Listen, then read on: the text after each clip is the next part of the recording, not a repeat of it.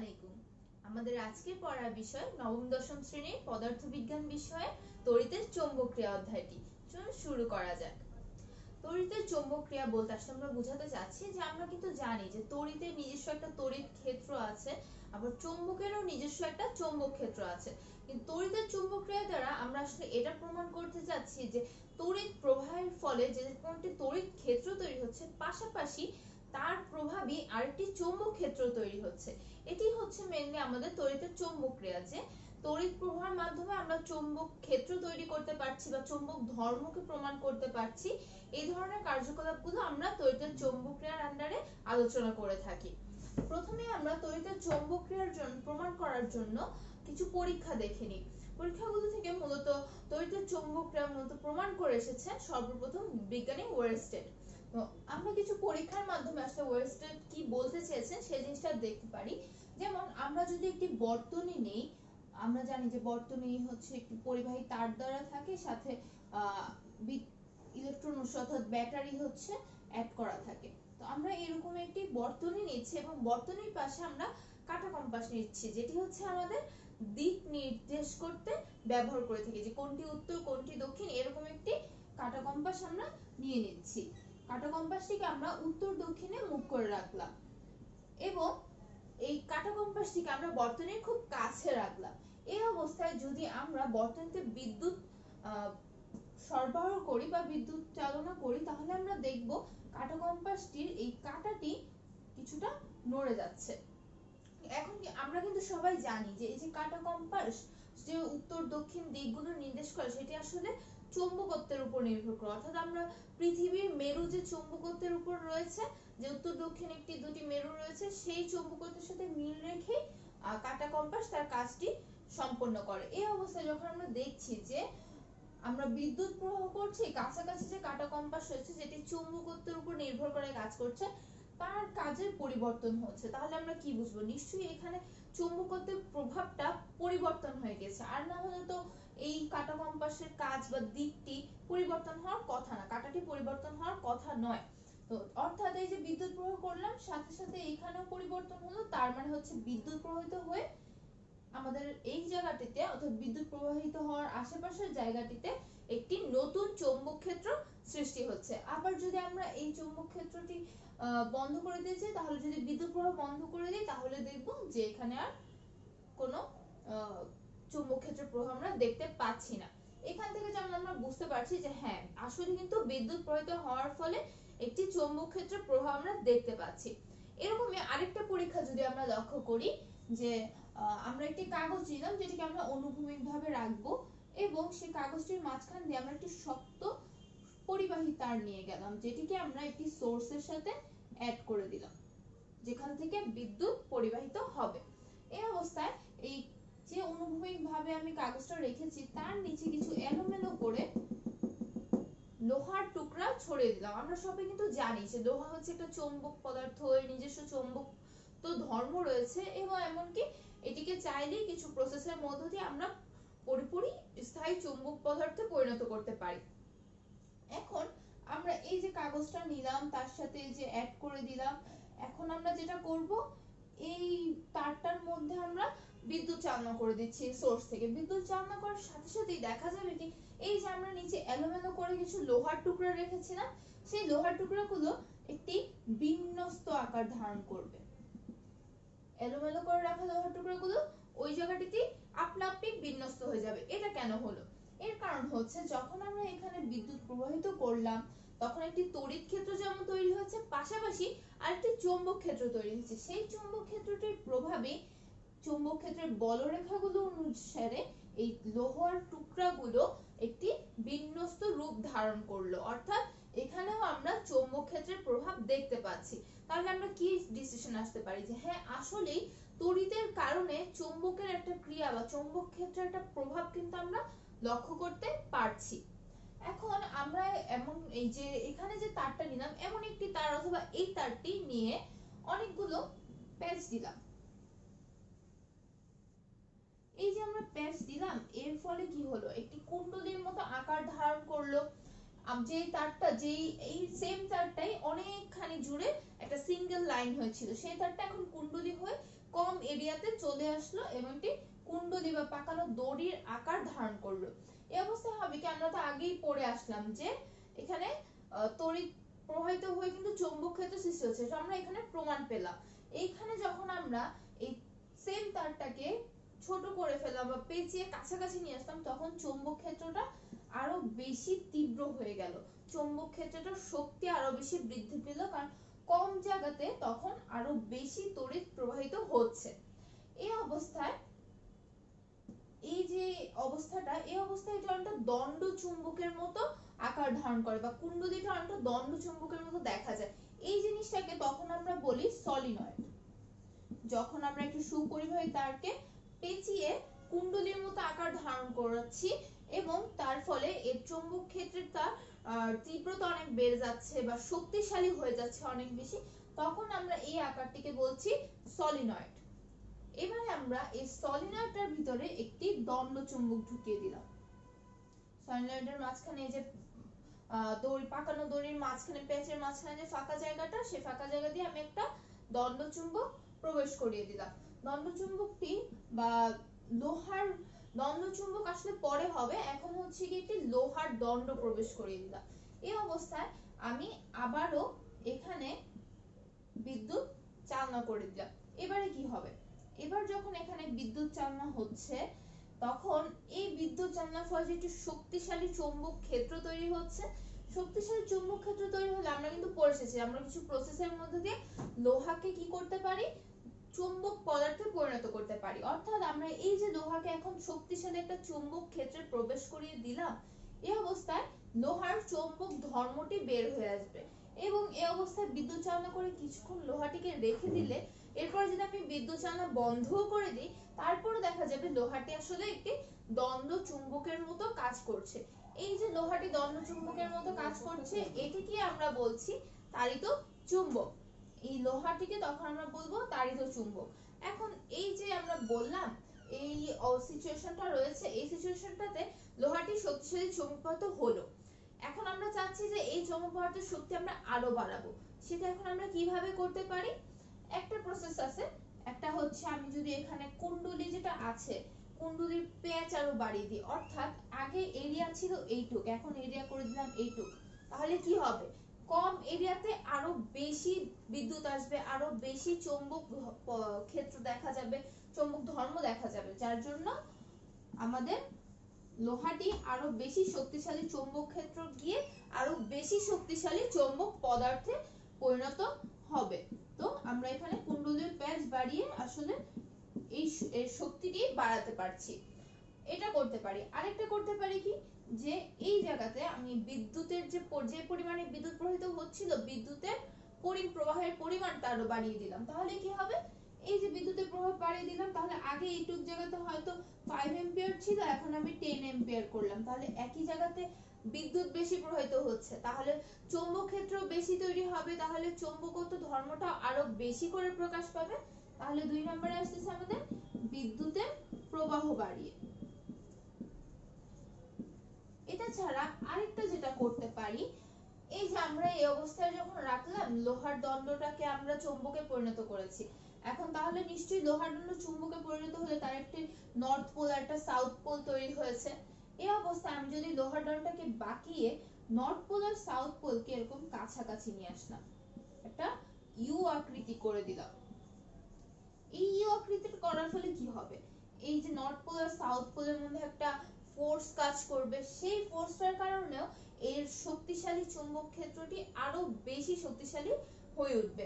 তাহলে আমরা এই তিনটা প্রসেস ইউজ করে আসলে চুম্বক ক্ষেত্রের শক্তিও বাড়িয়ে ফেলতে পারি। তাহলে আমরা কি বলতে পারি, যে আসলে এই যে আমরা বললাম তড়িৎ প্রবাহিত হয়ে চুম্বক ক্ষেত্র তৈরি হচ্ছে, সেই চুম্বক ক্ষেত্র যে শুধু তৈরি হচ্ছে তাই না, কিছু কাজ করে, কিছু পরিবর্তন করে আমরা আসলে সেই চৌম্বক ক্ষেত্রের শক্তিকে আরো বেশি বৃদ্ধিও করতে পারি। তাহলে আমরা তড়িতের মাধ্যমে চৌম্বক ক্ষেত্র তৈরি করে যেমন ব্যবহার করতে পারি, আমাদের প্রয়োজনে সেই চৌম্বক ক্ষেত্রকে আরো বেশি শক্তিশালী করে ফেলতে পারি। আমরা এতক্ষণ দেখলাম যে বিজ্ঞানী ওয়েরস্টেড যে প্রমাণ করে গিয়েছেন তড়িৎ প্রবাহিত করে চৌম্বক ক্ষেত্র পাওয়া যাচ্ছে, সেটার কিছু প্রমাণ।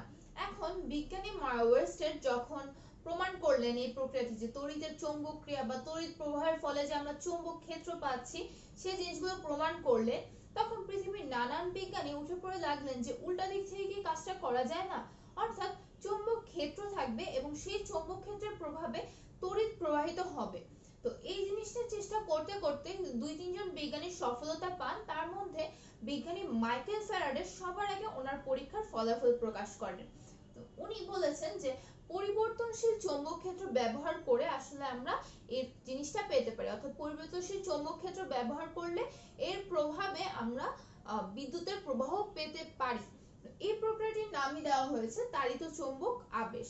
বিজ্ঞানী মাইকেল ফ্যারাডে মূলত 2টি পরীক্ষা দ্বারা প্রমাণ করে দেখিয়েছিলেন যে হ্যাঁ আসলে এই উল্টো প্রক্রিয়াটি করা সম্ভব।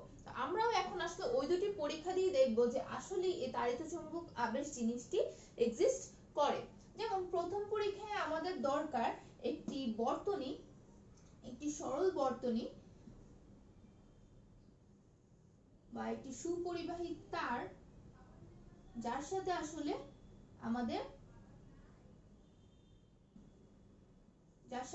আমাদের বিদ্যুতের কোনো সোর্স থাকবে না।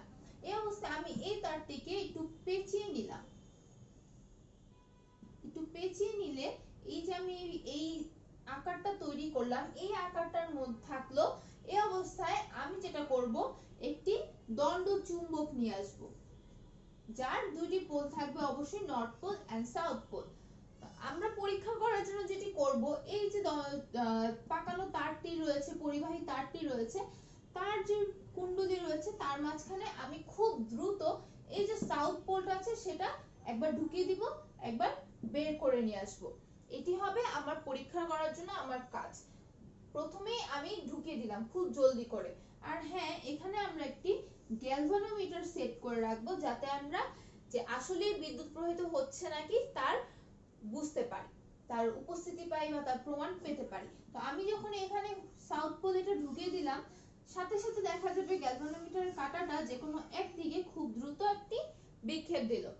আবার আমি সাথে সাথে এটা বের করে নিয়ে আসলাম, তাহলে দেখা যাবে আবার উল্টা দিকে গ্যালভানোমিটার একটি বিক্ষেপ দিল।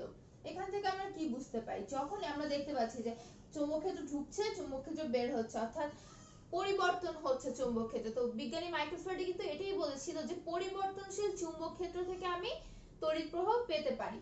আমি যে এখানে ঢুকালাম, এখানে আগে চৌম্বক ক্ষেত্র ছিল না, ঢুকলো, চৌম্বক ক্ষেত্রের পরিবর্তন হলো, আমি একটি বিক্ষেপ পেলাম। আবার আমি এখান থেকে বের করে নিলাম, চৌম্বক ক্ষেত্র আগে এদিকে যাচ্ছিল, এদিক থেকে বের হয়ে গেল, চেঞ্জ হলো, আবার আমি আরেকটা বিক্ষেপ পেলাম, কিন্তু আগে ঢুকছিল ভিতরে তাই একদিকে, এখন বের হওয়ার সময় বিক্ষেপটা আরেক দিকে। তো আমি এই পরীক্ষা থেকে কিন্তু বুঝতে পারলাম যে আসলে এখানে চৌম্বক ক্ষেত্র যাওয়ার সাথে সাথে আমি পেয়ে যাচ্ছি কি তড়িৎ প্রবাহ। এখন এটা যেমন চৌম্বক ক্ষেত্র দিয়ে করেছি, আমরা দণ্ড চুম্বক নিয়ে এসে করেছি, আমরা আরো একটি পরীক্ষার মাধ্যমে এই জিনিসটা দেখাতে পারি।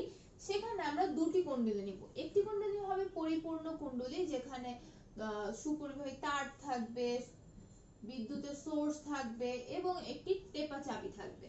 পাশাপাশি আরো একটি আমি কুণ্ডলী নিচ্ছি বা তড়িৎ প্রবাহী তার নিচ্ছি, যেখানে আসলে কোনো বিদ্যুতের সোর্স নেই, কিন্তু আমি বিদ্যুৎ তৈরি হয় কিনা তা দেখার জন্য একটি গ্যালভানোমিটার যোগ করে নিলাম এই বর্তনীটির সাথে। এটি আমাদের হচ্ছে মুখ্য কুণ্ডলী, আর পাশেরটি হচ্ছে আমাদের গৌণ কুণ্ডলী।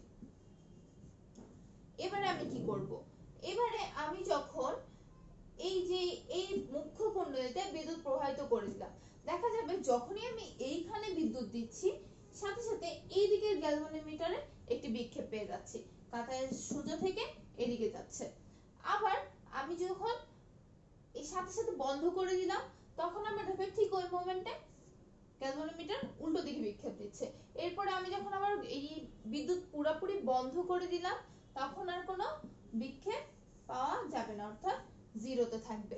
এটা থেকে আমি কি বুঝলাম, যখনই আমি এই যে এইখানে আমরা তো দেখতে পাচ্ছি যে একটি তড়িৎ প্রবাহিত হচ্ছে, তড়িৎ প্রবাহিত হলে সাথে সাথে তড়িৎ ক্ষেত্র এবং চৌম্বক ক্ষেত্র তৈরি হয়, যেটা বিজ্ঞানী ওয়েরস্টেড প্রমাণ করে গিয়েছেন। তাহলে কি এখানে একটা চৌম্বক ক্ষেত্র তৈরি হচ্ছে এবং সাথে সাথে এখানেও বিদ্যুৎ প্রবাহিত হয়ে যাচ্ছে। আবার যখন আমি চেঞ্জ আনতেছি, যে এখানে বিদ্যুৎ ছিল না, অর্থাৎ চৌম্বক ক্ষেত্র ছিল না, এটা কিছু ছিল না, বিদ্যুৎ আসলো, চৌম্বক ক্ষেত্র আসলো, সাথে সাথে একটা বিক্ষেপ। আবার সাথে সাথে আমি বিদ্যুৎ বন্ধ করে দিলাম, অর্থাৎ চৌম্বক ক্ষেত্র বন্ধ হয়ে গেল, সাথে সাথে উল্টা দিকে বিক্ষেপ। এই হচ্ছে কি দেখতে পাচ্ছি যে আসলে এইভাবে চুম্বক ক্ষেত্রের কারণে আমি বিদ্যুৎ প্রবাহিত পাচ্ছি। কিন্তু আমি যদি এমন করি যে কন্টিনিউয়াসলি এখানে বিদ্যুৎ প্রবাহিত হয়ে যাচ্ছে বা বন্ধ আছে, বন্ধই পড়ে আছে, এই অবস্থায় কিন্তু আমি কোনো বিক্ষেপ পাবো না। কারণ কি? কারণ বলাই ছিল যে পরিবর্তনশীল চৌম্বক ক্ষেত্র হতে হবে। অর্থাৎ এই যে দণ্ড চুম্বকের কাছে যাওয়া আসা অথবা তড়িৎ বর্তনীতে তড়িতের প্রবাহ হওয়া বা না হওয়া, এই যে পরিবর্তন হচ্ছে, সেই পরিবর্তনগুলোর কারণেই কিন্তু এই গৌণ কুণ্ডলীগুলোতে আমি বিদ্যুতের প্রবাহ পাচ্ছি। এই প্রক্রিয়াটিকে আমরা নাম দিচ্ছি তাড়িত চুম্বক আবেশ। এই যে একটি দণ্ড চুম্বক বা একটি কুণ্ডলীর প্রভাবে, তড়িৎ বর্তনীর প্রভাবে গৌণ কুণ্ডলীতে যে বিদ্যুৎ প্রবাহিত হচ্ছে তার নাম হচ্ছে তাড়িত চুম্বক আবেশ।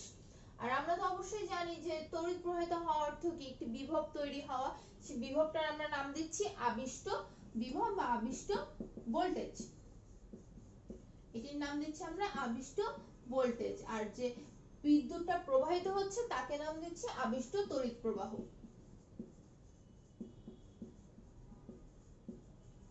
এই গেল আমাদের প্রমাণ যে হ্যাঁ, চুম্বক পদার্থকে ব্যবহার করে বা চুম্বক ক্ষেত্রের প্রভাবে আমরা তড়িৎ প্রবাহ পেতে পারি। এখন আমরা আগেও দেখে এসেছি যে আমরা চাইলেই কিন্তু তড়িতের প্রভাবে যখন চুম্বক ক্ষেত্র তৈরি করছিলাম, চাইলে কিছু প্রসেস অনুসরণ করে আমরা চুম্বক ক্ষেত্র শক্তি বৃদ্ধি করতে পারি। এই ক্ষেত্রে আসলে সেম আমরা পারি, এটাও এই ক্ষেত্রেও সম্ভব যে চুম্বক ক্ষেত্র থেকে যখন তড়িৎ প্রবাহ আমরা তৈরি করছি, তখন চাইলে তড়িৎ প্রবাহ বা আবিষ্ট তড়িৎ প্রবাহ বা আবিষ্ট ভোল্টেজের পরিমাণ আমরা বেশি করতে পারি বা বৃদ্ধি করতে পারি। তার প্রসেসগুলো কি? এই ক্ষেত্রে আমরা আসলে মোটামুটি তিনটা প্রসেস ফলো করি। একটি হচ্ছে এই যে দণ্ড চুম্বকটা যদি শক্তিশালী করে ফেলি, সেটা একটা হতে পারে। বা এই যে মুখ্য কুণ্ডলী আছে সেখানে যদি আমরা বেশি পরিমাণে তড়িৎ প্রবাহিত করি, তাহলে বেশি শক্তিশালী চৌম্বক ক্ষেত্র হবে। বেশি শক্তিশালী দণ্ড চুম্বক বেশি শক্তিশালী করলাম, অথবা কি করলাম, ওই যে মুখ্য কুণ্ডলীটাতে বেশি তড়িৎ প্রবাহিত করলাম। আরেকটা প্রসেস হতে পারে যে আমরা কিন্তু দেখতে পাচ্ছি যে একটা আপেক্ষিক গতি আছে। এই যে আমি এটাকে কাছে নিচ্ছি, দূরে নিচ্ছি, তাহলে এটার সাপেক্ষে এটার একটা গতি আছে।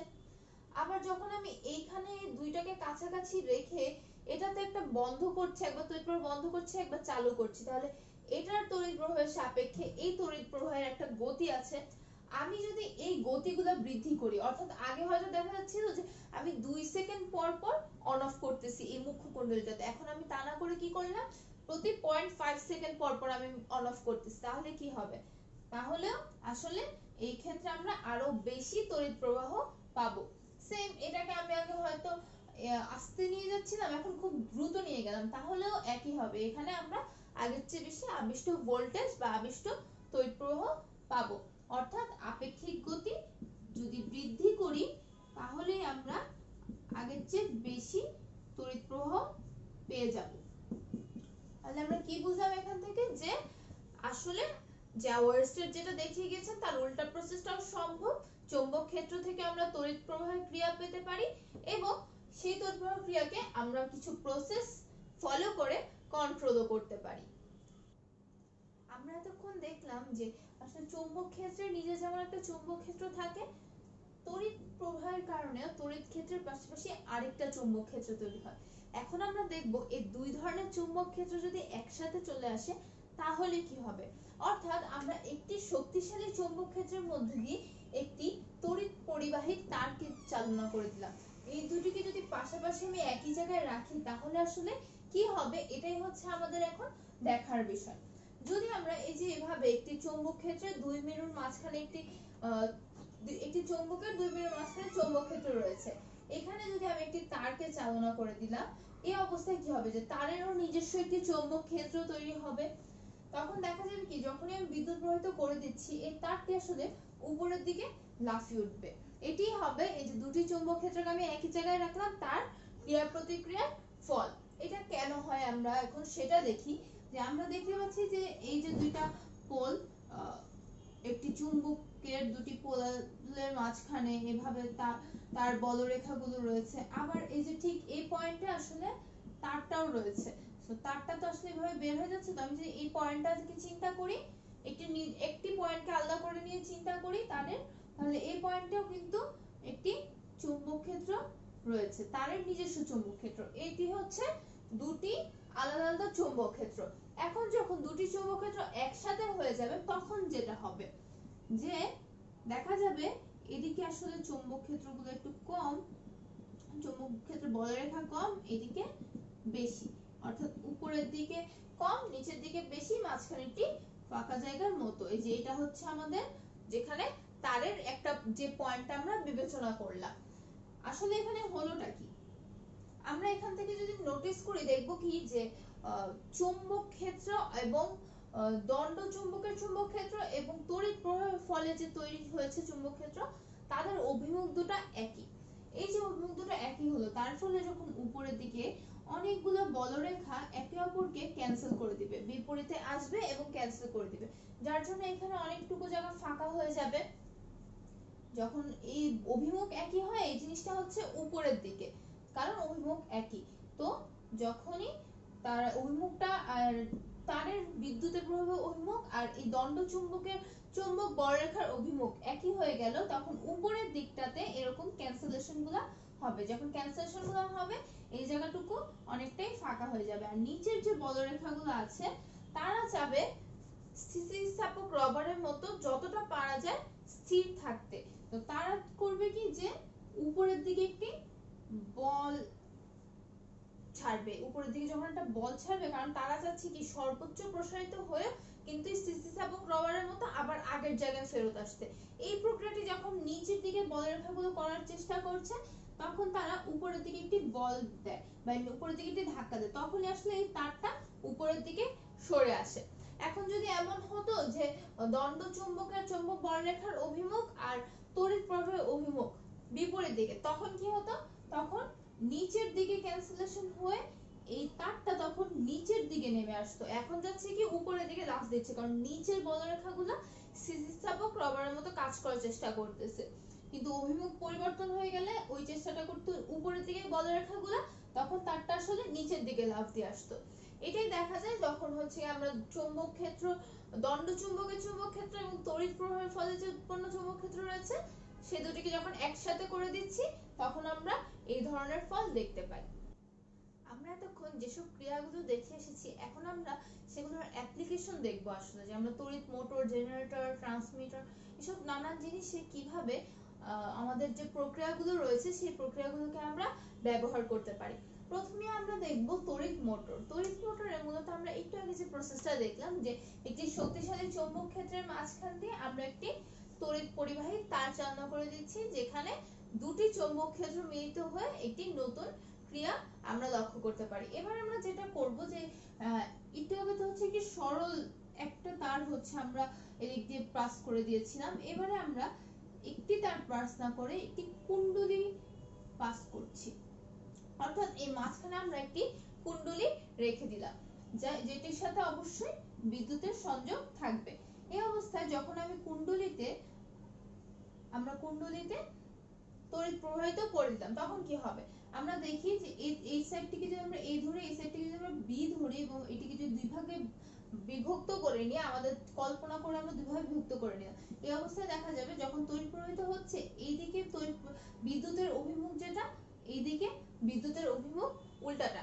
এর মানটিকে আমরা ধরতে পারি, আমরা কিন্তু বলেছিলাম যে যখন বিদ্যুতের অভিমুখ এই চুম্বক ক্ষেত্র অভিমুখের সাথে দণ্ডের চুম্বক ক্ষেত্র অভিমুখের সাথে মিলে যাচ্ছে তখন এই অংশটা উপরের দিকে উঠে যাবে, আবার যখন বিদ্যুতের অভিমুখ উল্টা হবে তখন তারটা নিচে নেমে যাবে। তাহলে এই ক্ষেত্রে কি হবে, এ পার্টটা এরকম হচ্ছে, বি পার্টটা এরকম হচ্ছে, দুই জিনিস যখন একই সাথে হচ্ছে তখন এরা আসলে ঘুরতে থাকবে, অর্থাৎ এই জিনিসটা এইভাবে লম্বালম্বি হয়ে ঘুরতে থাকবে। যখন এরকম ঘুরতে থাকবে অর্থাৎ এই দুইটা জিনিসের মাঝখানে এইভাবে ঘুরছে তারা, কারণ এই যে এইভাবে ঘুরে যাচ্ছে, কারণ একটা পার্ট হচ্ছে চাপ দিচ্ছে আর একটা পার্ট উঠাচ্ছে, এইভাবে যখন তারা ঘুরতে থাকে এই ঘোরার প্রসেসটা আবার একটা সময় গিয়ে বন্ধ হয়, যখন পুরো জিনিসটা এরকম আছে, এটা এতক্ষণ এভাবে ঘুরছিল, এভাবে ঘুরে যাচ্ছিল, অথবা এইভাবে যে কোনো একভাবে ঘুরে যাচ্ছিল। এই অবস্থায় যখন এটা ঠিক মাঝখানে একটি খাড়া পর্যায়ে চলে আসলো, যে দুটো জিনিসের মাঝখানে সে একদম খাড়া অবস্থায় আছে, তখন কি হবে? তখন আসলে আর কোনো যে যে চাপ লাগতেছে নিচের দিকে অথবা উল্টো দিকে বল পাচ্ছে, এই জিনিসটা বন্ধ হয়ে যাবে। তাহলে কি কাজটা এখানেই শেষ? না, এই কাজটা যাতে এখানে শেষ না হয় তার জন্য আমরা একটা যন্ত্র ব্যবহার করি যেটার নাম হচ্ছে কমুটেটর। এই কমুটেটর হচ্ছে তামার রিং এর বা বলয়ের মতো, যেটি আসলে দুই ভাগে সমান দুই ভাগে বিভক্ত করা, এবং এটি এ অংশের সাথে অর্ধেক থাকে, বি অংশের সাথে অর্ধেক থাকে। এই হচ্ছে একটি কমুটেটর যেটি এ অংশের সাথে অর্ধেক আছে, আবার বি অংশের সাথে অর্ধেক আছে। এর বাইরের অংশটা একটি কার্বন ব্রাশের মাধ্যমে তড়িৎ উৎসের সাথে সংস্পর্শে থাকে। এই হচ্ছে আমাদের গঠনটা। এই অবস্থায় যখন এই আমাদের ভিতরের কুণ্ডলীটা ঘুরছে, পাশাপাশি কমোমেটারও কুণ্ডলীর সাথে ঘুরছে। এই ঘুরতে ঘুরতে যখন এই যে দুটো ভাগ রয়েছে, সেই দুটি ভাগের মাঝখানে ফাঁকা স্থানটি কার্বন ব্রাশের বিপরীতে চলে আসে, অর্থাৎ এরকম একটা সিচুয়েশন হয়ে যায়, তখন আর এর মধ্যে কোনো তড়িৎ আসে না। অর্থাৎ আমরা তো বললাম যে কার্বন ব্রাশের সাথে আসলে তড়িৎ উৎসের সাথে সে সংস্পর্শ রয়েছে, কিন্তু যখন এই ফাঁকা স্থানটা কার্বন ব্রাশ আর এই ফাঁকা স্থানটা বিপরীত দিকে চলে আসলো, তখন আর এখানে এই কমুটেটরে কোনো তড়িৎ আসে না। কিন্তু এরপর আমরা জানি ঘূর্ণন জড়তা বলতে একটা জিনিস আছে, যে অর্থাৎ একটা জিনিস যদি ঘুরতেই থাকে এটার উপর থেকে ফোর্স সরে গেল, কিছুক্ষণের জন্য এটা ঘুরতে থাকবে, পর আস্তে আস্তে বন্ধ হবে। তো এই ঘূর্ণন জড়তার কারণে আসলে এই কমুটেটরটা ঘোরা বন্ধ করে না, সে ঘুরতে থাকে, এবং ঘুরতে ঘুরতে আবার যখন সে তার আসল স্টেটে ফেরত চলে আসে, যেখানে সে কার্বন ব্রাশের সাথে নরমালি অ্যাড হয়ে আছে, সেখানে যখন চলে আসলো, তখন আবার সে কার্বন ব্রাশের তড়িৎ উৎস থেকে আবার ঘোরার জন্য বল পেয়ে গেল। এই কারণে এই কমুটেটর কখনোই ঘোরা বন্ধ করছে না, এবং একইভাবে এই যে আমাদের কুণ্ডলীটা সেও ঘোরা বন্ধ করছে না। এই যে প্রসেসটা পুরাটা, যে কুণ্ডলী ঘুরছে বলের জন্য, কুণ্ডলী ঘূর্ণন বন্ধ হয়ে যাওয়ার কথা, কিন্তু কমুটেটরের কারণে ঘূর্ণন বন্ধ হচ্ছে না, ঘুরতেই থাকছে এই কুণ্ডলীটা। এই প্রসেসটা ব্যবহার করা হয় আসলে তড়িৎ মোটরে। এটাই হচ্ছে তড়িৎ মোটরের মূল কার্যনীতি। তড়িৎ মোটরের মূল কার্যনীতিটা আসলে এটাই, যে আমরা দুটি চৌম্বক ক্ষেত্রকে পাশাপাশি রেখে আসলে তাদের যে ক্রিয়া প্রতিক্রিয়ার ফলকে ব্যবহার করে তড়িৎ শক্তিকে যান্ত্রিক শক্তিতে পরিণত করছি, তড়িৎ শক্তিকে যান্ত্রিক শক্তিতে পরিণত করছি। এই অবস্থায় আমরা চাইলে আমাদের এখানে যে শক্তিটা পাচ্ছি, এই ঘূর্ণনটা আরো বেশি বাড়াতে পারি। সেটা কিভাবে? আমরা এখানে শক্তিশালী দণ্ড চুম্বকটা ব্যবহার করতে পারি, যে যে দণ্ড চুম্বক ব্যবহার করছি তার শক্তি আরো বেশি হলো, অথবা এখানে কুণ্ডলী বা পাক সংখ্যা যেটা রয়েছে সেটা বাড়িয়ে দিতে পারি, অথবা তড়িৎ প্রবাহ যেটা রয়েছে সেটা বাড়িয়ে দিতে পারি। এই প্রসেসগুলো অনুসরণ করে আমরা চাইলে এই যে পুরো কার্যক্রমের যে নীতিটা যে আমরা পড়লাম, সেখানে আরো বেশি শক্তি পেতে পারি। অর্থাৎ এই যে তড়িৎ শক্তি দিচ্ছি, সেই তড়িৎ শক্তিকে আমরা আরো বেশি যান্ত্রিক শক্তিতে পরিণত করতে পারি।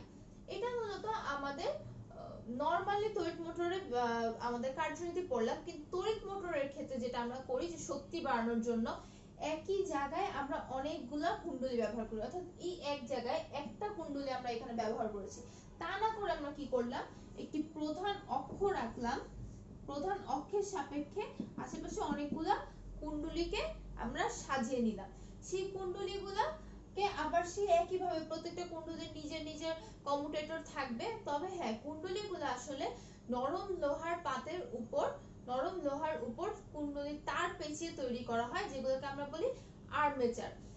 এই কারণে যখন এখানে এই যে ঘূর্ণন হবে, তড়িৎ প্রবাহিত হবে, তখন আর্মেচার গুলো যেহেতু লোহার তৈরি, ভিতরে নরম লোহা রয়েছে, তাই তারা চুম্বকিত হবে। তখন আসলে সেই চুম্বকিত হওয়ার কারণে তাদের শক্তি আরো বেড়ে যাবে, কুণ্ডলীর শক্তি বেড়ে গেল, সেখান থেকে আমরা আসলে আরো বেশি যান্ত্রিক শক্তি পেতে পারলাম। এইভাবে আসলে তড়িৎ মোটরগুলো কাজ করে, যেগুলোকে আমরা বিভিন্ন বৈদ্যুতিক পাখা, বাল্ব ইত্যাদি বৈদ্যুতিক জিনিসপত্রতে ব্যবহার করে থাকি। এবারে আমরা দেখব জেনারেটর, যেখানে আসলে তড়িৎ মোটরের উল্টো প্রক্রিয়াটি হয়। অর্থাৎ তড়িৎ মোটরে আমরা কি করেছিলাম, তড়িৎ শক্তিকে যান্ত্রিক শক্তিতে পরিণত করেছিলাম। আর এবারে আমরা যেটা করব, তড়িৎ মোটরের বিপরীত কাজটা, যেখানে আমরা যান্ত্রিক শক্তিকে তড়িৎ শক্তিতে রূপান্তর করব। এখন এখানে মূলত তার জন্য আবেশের জিনিসটাকে কাজে লাগিয়ে, ধারণাটাকে কাজে লাগিয়ে আমরা যান্ত্রিক শক্তিকে তড়িৎ শক্তিকে রূপান্তর করে থাকি। তবে হ্যাঁ, জেনারেটর দুই ধরনের হয়, এসি জেনারেটর এবং ডিসি জেনারেটর। এসি জেনারেটর সাধারণত আমাদের আজকাল বেশি ব্যবহার করা হয়ে থাকে, তাই আমরা এই এসি জেনারেটর নিয়ে আজকে জানবো। তো এসি জেনারেটর যেটা হয়ে থাকে যে যান্ত্রিক শক্তি থেকে যখন তড়িৎ শক্তি আমরা উৎপন্ন করছি তখন আমরা পর্যায়বৃত্ত তড়িৎ প্রবাহ পেয়ে থাকি, এই জন্য একে এসি জেনারেটর বলা হয়ে থাকে। তো এটার গঠনটা যদি আমরা প্রথমে দেখে নিই, যে একটি বড় চুম্বক ক্ষেত্রের দুই প্রান্তের মাঝখানে আমরা এখানে আয়তাকার একটি কুণ্ডলী ব্যবহার করি। যে আয়তাকার কুণ্ডলীটি আসলে একটি নরম লোহার উপর অবস্থান করে। এই নরম লোহাটিকে আমরা আর্মেচার বলে থাকি।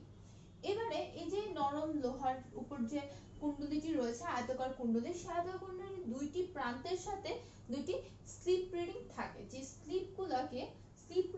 যে স্লিপ রিং গুলা এটার দুই প্রান্তের সাথে সংযুক্ত থাকে। এবং একই সাথে এই যে আমাদের যে আয়তাকার কুণ্ডলীর সাথে যে আর্মেচারটি রয়েছে, নরম লোহাটি রয়েছে, সেটিকে যান্ত্রিক শক্তির মাধ্যমে ঘূর্ণন প্রক্রিয়াটি চালু রাখা হয়।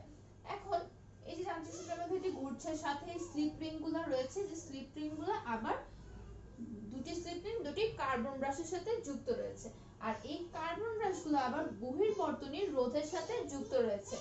এটি হচ্ছে এই পুরো জেনারেটরটির, এসি জেনারেটরটির গঠন। এবার যদি আমরা কার্যপ্রণালী দেখি, এখানে কি হয়।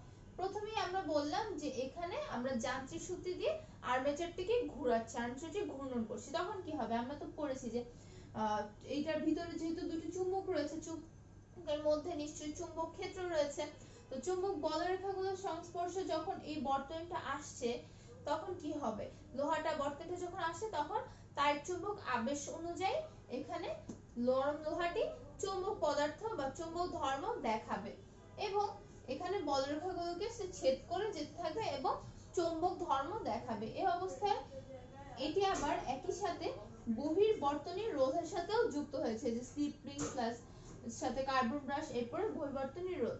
এই কারণে এখানে যেমন একই সাথে এখানে চৌম্বক ক্ষেত্রের ভিতরে এটা মুভ করছে, তার চুম্বক আবেশ থেকে তার তড়িৎ প্রবাহ তৈরি হচ্ছে, একইভাবে এখানে যখন সে আসছে তখন এখান থেকে তার পর্যায়বৃত্ত প্রবাহ পেয়ে যাচ্ছে।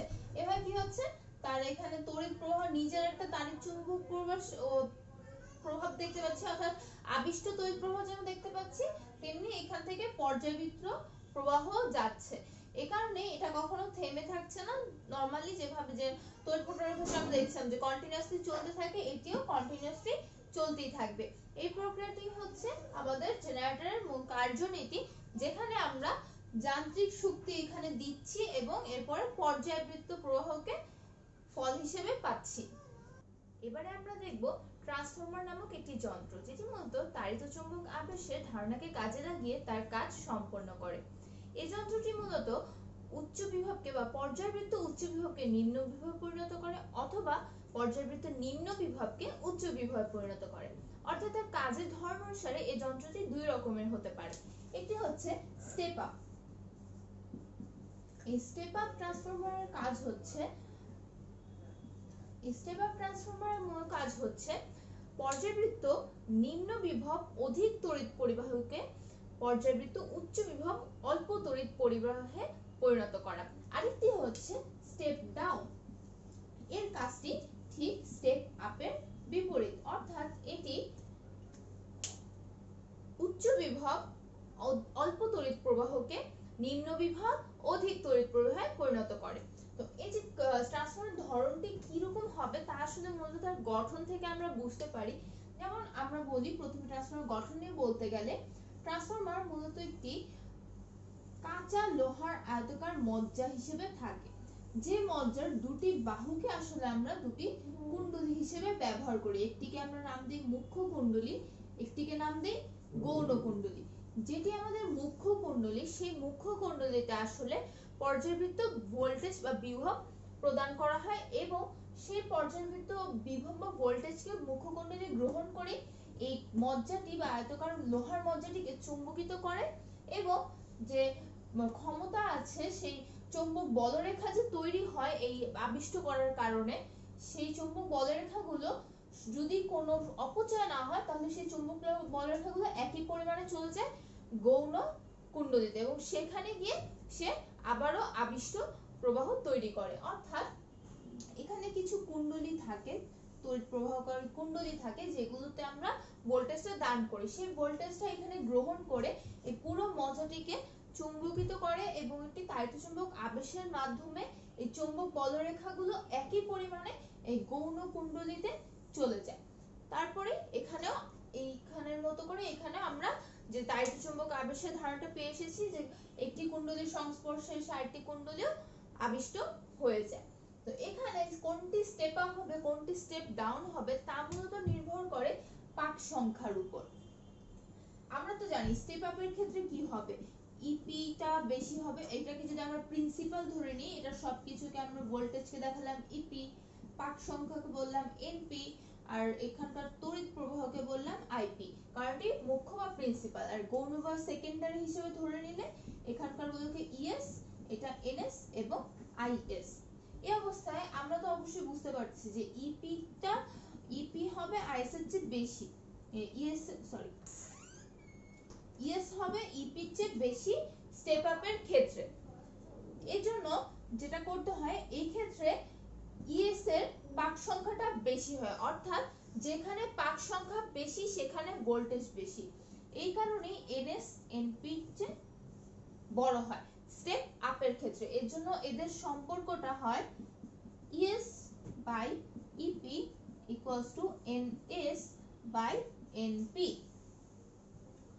আবার স্টেপ ডাউনের ক্ষেত্রে ব্যাপারটা উল্টা। কিরকম? এই ক্ষেত্রে আবারও যার ভোল্টেজ বেশি তার পাক সংখ্যা বেশি, এর জন্য এই ক্ষেত্রে যেহেতু আমরা পরে গিয়ে কম ভোল্টেজ পেতে চাচ্ছি তাই গৌণ কুণ্ডলীর পাক সংখ্যা আসলে ছোট হবে। যেহেতু আমরা এটা পেতে চাই তাই আসলে এরকম হবে। এদের ক্ষেত্রে সমীকরণটা একই, ES by EP is equals to NS by NP. এটা হচ্ছে একটি সমীকরণ। এখন আমরা বলছি কি যদি চৌম্বক বলরেখার কোনো অপচয় না হয়, কোনো ব্যাঘাত না ঘটে, তাহলে এখানকার সকল চৌম্বক বলরেখা এখানে গিয়েও আবিষ্ট করবে। এক্ষেত্রে আমরা আসলে বলতে চাচ্ছি যদি কোনো ব্যাঘাত না ঘটে বা যদি কোনো অপচয় না হয় তাহলে আসলে দুই কুণ্ডলীরই ক্ষমতা একই হবে, ক্ষমতার কোনো অপচয় হবে না। যদি বাহ্যিকভাবে বা কোনো ব্যাঘাত না ঘটে তাহলে কোনো অপচয় হবে না। এখন যদি দুই ক্ষেত্রে পাওয়ার সেম হয় অর্থাৎ পিপি ইকুয়ালস টু পিএস হয় তাহলে আসলে আমরা বলতে চাচ্ছি কি ইপি ইনটু আইপি হবে ইএস ইনটু আইএস। এখান থেকে আমরা কি বলতে পারি, EP by ES is equals to IS by IP. এখন এখানে দেখতে পাচ্ছি আমরা যে ওদের সম্পর্কটা কিন্তু যে পাক সংখ্যার সাথে যেরকম সম্পর্ক তড়িৎ প্রবাহের সাথে সম্পর্কটা কিন্তু একই না। তড়িৎ প্রবাহের ক্ষেত্রে ভোল্টেজের ব্যস্তানুপাতিক, তার মানে কি ওই যে আমরা ডেফিনেশন বলার সময় বলে এসেছিলাম উচ্চ বিভব নিম্ন তড়িৎ প্রবাহ বা অল্প তড়িৎ প্রবাহকে কিসে পরিণত করে, নিম্ন বিভব অধিক তড়িৎ প্রবাহ। অর্থাৎ যখন বিভব কমবে তড়িৎ প্রবাহ বেড়ে যাবে, যখন বিভব বাড়বে তড়িৎ প্রবাহ কমে যাবে। এভাবেই আসলে তারা তাদের মধ্যে পাওয়ারের বা ক্ষমতার যে সামঞ্জস্য সেটা রক্ষা করে। এই কারণে ওদের সম্পর্কটা ব্যস্তানুপাতিক। এখন আমরা যদি এই দুটো সমীকরণকে একসাথে করে লিখতে চাই আমরা কি লিখতে পারি, আমরা যদি এখানে দেখি EP by ES is equals to NP by NS is equals to IS by IP। অর্থাৎ এই দুইটার সম্পর্ক সমানুপাতিক এবং এটার সাথে বাকি দুইটার সম্পর্ক ব্যস্তানুপাতিক। তাহলে এই ছিল হচ্ছে মোটামুটি ট্রান্সফরমারের মূল কার্যনীতি। আমাদের এই পার্টটা থেকে অনেক সময় অনেক ম্যাথ আছে যেখানে ধর এরকম যদি বলে দেওয়া থাকে যে কোনো তিনটি উপাত্ত হয়তো বলে দেওয়া থাকলো যে মুখ্য কুণ্ডলীর পাক সংখ্যা হচ্ছে 50, গৌণ কুণ্ডলীর পাক সংখ্যা হচ্ছে 100, মুখ্য কুণ্ডলীর ভোল্টেজ হচ্ছে 20 ভোল্ট, তাহলে গৌণ কুণ্ডলীর ভোল্টেজ কত, তখন আমরা নরমালি এখানে সূত্রে বসিয়ে পেয়ে যাব যে 50/100।